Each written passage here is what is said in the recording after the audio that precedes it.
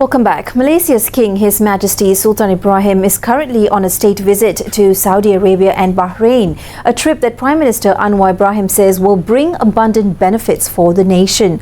Well, to help us unpack the significance of this royal visit and what it could mean for Malaysia's diplomatic and economic ties with the Gulf region, I'm now joined by Professor Dr. Ahmad MARTADHA Mohammed, International Political Analyst and the Deputy Vice-Chancellor of Student Affairs and Alumni at Universiti Utara, Malaysia.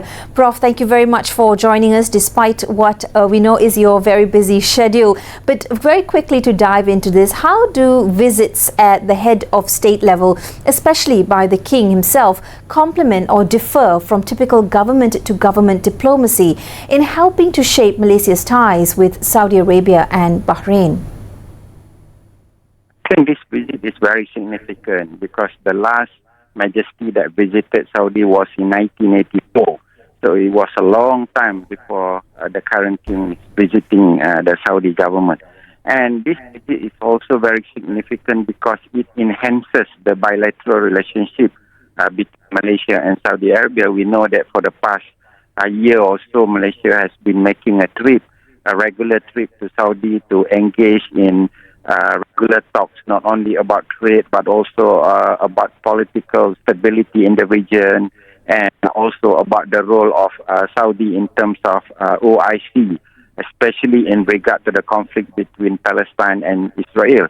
So this visit is very significant in terms of making sure that all the talks before this could be strengthened, and in addition to that, it could also strengthen personal relationship between the Majesty and also the King of Saudi as well as the Prince Salman himself. Right, and as we zoom into the impact and the importance of royal diplomacy, as you've noted and outlined earlier, the last royal trip was in 1984. That's 41 years ago. 4 decades have gone by. Over these years, the cooperation and bilateral relationships between both Saudi Arabia and Bahrain have remained and has grown as well. But at this point of time, what specific areas of cooperation do you think could emerge or expand as a result of this particular visit? I think first and foremost, of course, the stability of the region.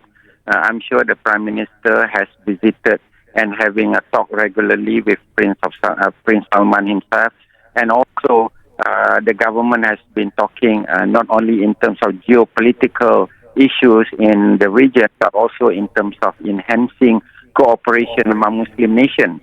So I believe that apart from regional stability, apart from the role of OIC, and this visit is also important in terms of increasing the trade relationship between Malaysia and Saudi. And of course, Saudi is also an important trading partner.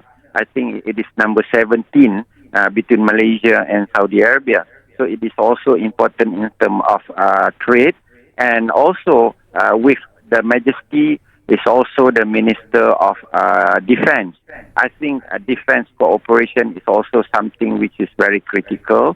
And with all the issues that are currently going on, not only in the region, but also other parts of the world, regional cooperation and also defense cooperation is also important in making sure that the stability issue in the region could be helped with the presence of Malaysia. So I think there are so many issues that could be discussed, and among them, regional stability, trade, as well as education, and also in terms of defense. Well, from a regional perspective, Prof, what does this visit signal about Malaysia's positioning within the broader Muslim world, particularly amid shifting power dynamics in the Middle East? Yeah, I believe that the friendly relationship between our government and Saudi government is very critical in terms of making sure that whatever decisions that are taken in the Middle East is taking into consideration the viewpoints of other Muslim nations.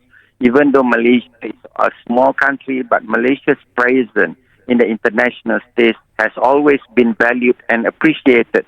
So I think with the visit of the Majesty, it is important to make sure that all the issues pertaining to regional stability, especially now we see that there has been effort by United States government to install peace, long-term peace, but some of the issues concerning the peace plan by United States of America is not very comprehensive. And during the recent visit of Trump to Malaysia, our Prime Minister has iterated the importance of having the plan to be more comprehensive in nature, to make sure that all parties involved should be taken into consideration.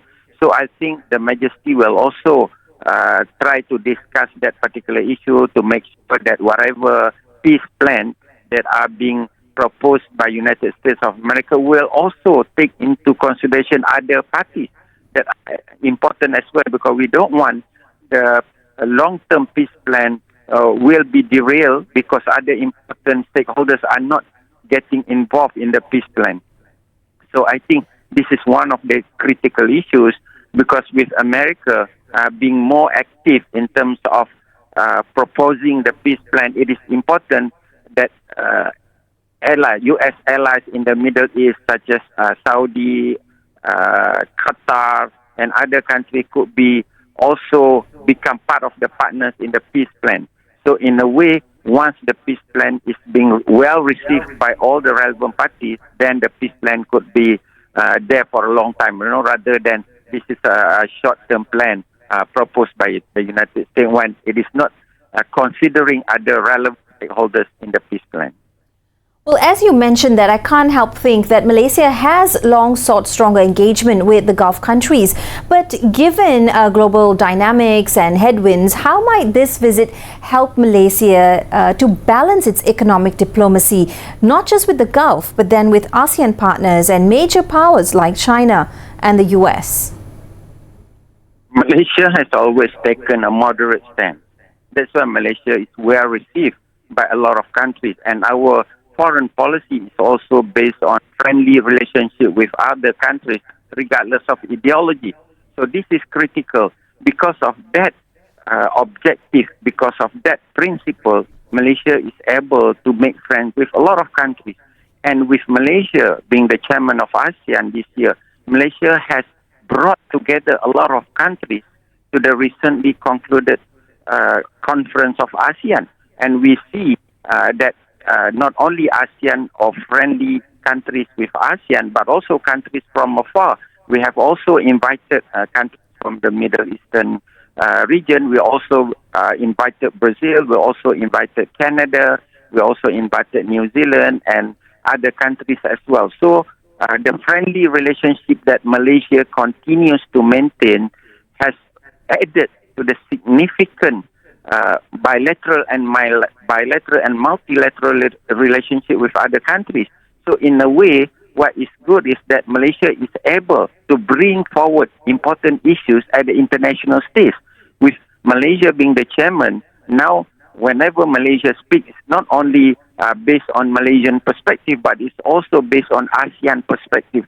So it is good that when the Majesty visits Saudi Arabia, then it is important that we also bring along our perspective to the table to make sure that Saudi can also play more active role in terms of making sure that the peace plan between Israel and Palestine can be in there for a long time, and also in addition to that, making sure that Saudi plays more active role in OIC, because there are so many issues, especially in terms of relationship and also in terms of position, critical position of Muslim countries whenever critical issues surface, especially when it affects the stability of Muslim countries in the Middle Eastern region.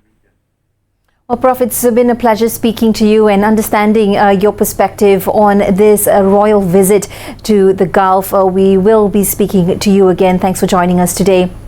Well, it's of course interesting to see how this royal visit deepens Malaysia's engagement with the Middle East and how it can translate into real opportunities for the people at home.